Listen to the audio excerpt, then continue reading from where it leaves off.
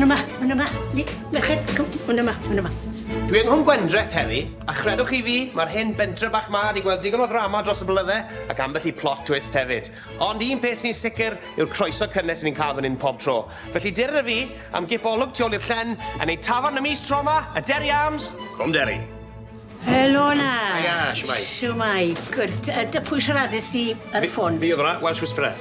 Ond dyw'r tafarn y mis ma ddim yn un arferol achos i ni ar set dyledu un o tafarndai enwoca'r wlad, sy'n llawn cymeriadau diddorol, a dyren ni fynd am dro i gwrdd y rai ohonyn nhw. Wel, nawn ni seto lan yn y cornel fan hyn, os ma'n iawn, a byddwn ni'n good to go hwyrach ymlaen. Good to go. OK? Ac yn gwmni fi fan hyn, mae perchenog y Deri Arms, Cath Jones. Nawr Cath, dweutha fi, ydw i'n iawn i ddweud bod ti wedi bod wrthi yn rhedeg y dafarn sbesial yma ers dros flwyddyn, bellach? Ie, July llynedd oedd e, ond wedi bod ma o'r blaen, cofia. O'n i yn arfer byrchyn y lle nôl yn 1999, a good pen busnes dy fi, ti'n gwybod? Ond wedi ni, y trends yn newid, y busnes yn newid, ond, lico'r challenge, ti'n gwybod beth dy fi? A siwt mae'n gyd yn mynd nawr yr sail agor? Wel, hon yw'r noswaith gynta, so mae'n anodd gweud. Mae gyfer beth yn y ffilm? Y tafarn y mis ar gyfer rhaglen heno. Mae ddi'n anodd ar dafarndai bach wlad fel hyn, felly diolch i'r locals i gyd, efa? Ie, chwarae teg iddyn nhw. Ac o ti yn fan hyn, Brit Mancio hon. Diolch, Cath. Ie, Brit, siwmai, chi'n iawn? Mae dyn ni stick on y ti ar y ffridge. O, ni'n belo nawr. Honna yw i. Hyn, o'n i'n agor ti bod ar y cwrw'n barod. Na fe, ie. Disgo glad y fe. Siwt ma hwn fel local, siwt ma Deri Arms. Very good. Tafarn Cwmderi, y Deri Arms, yn rhyw fath o icon mewn ffordd, wedi bod yn mynd ers cyn hyred yr holl flynyddoedd yma, so fi'n teimlo rhyw gyfrifoldeb nawr bod ni eisiau dangos ar ei newyddwedd a'i ddangos yma'n golau da. Wel, ni yma yn yr ystafell golir yn barod i fynd ar y set, mewn i'r Deri Arms newydd sbon.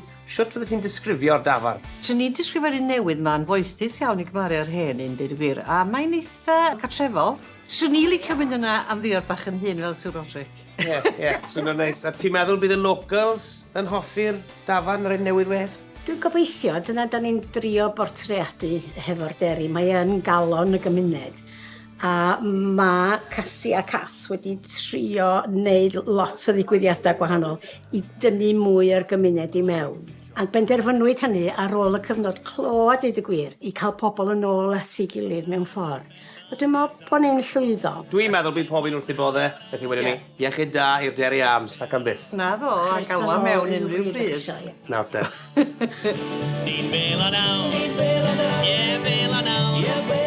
Mae'n good, ydw e. Dwi'n teimlo bod mwy o le yna.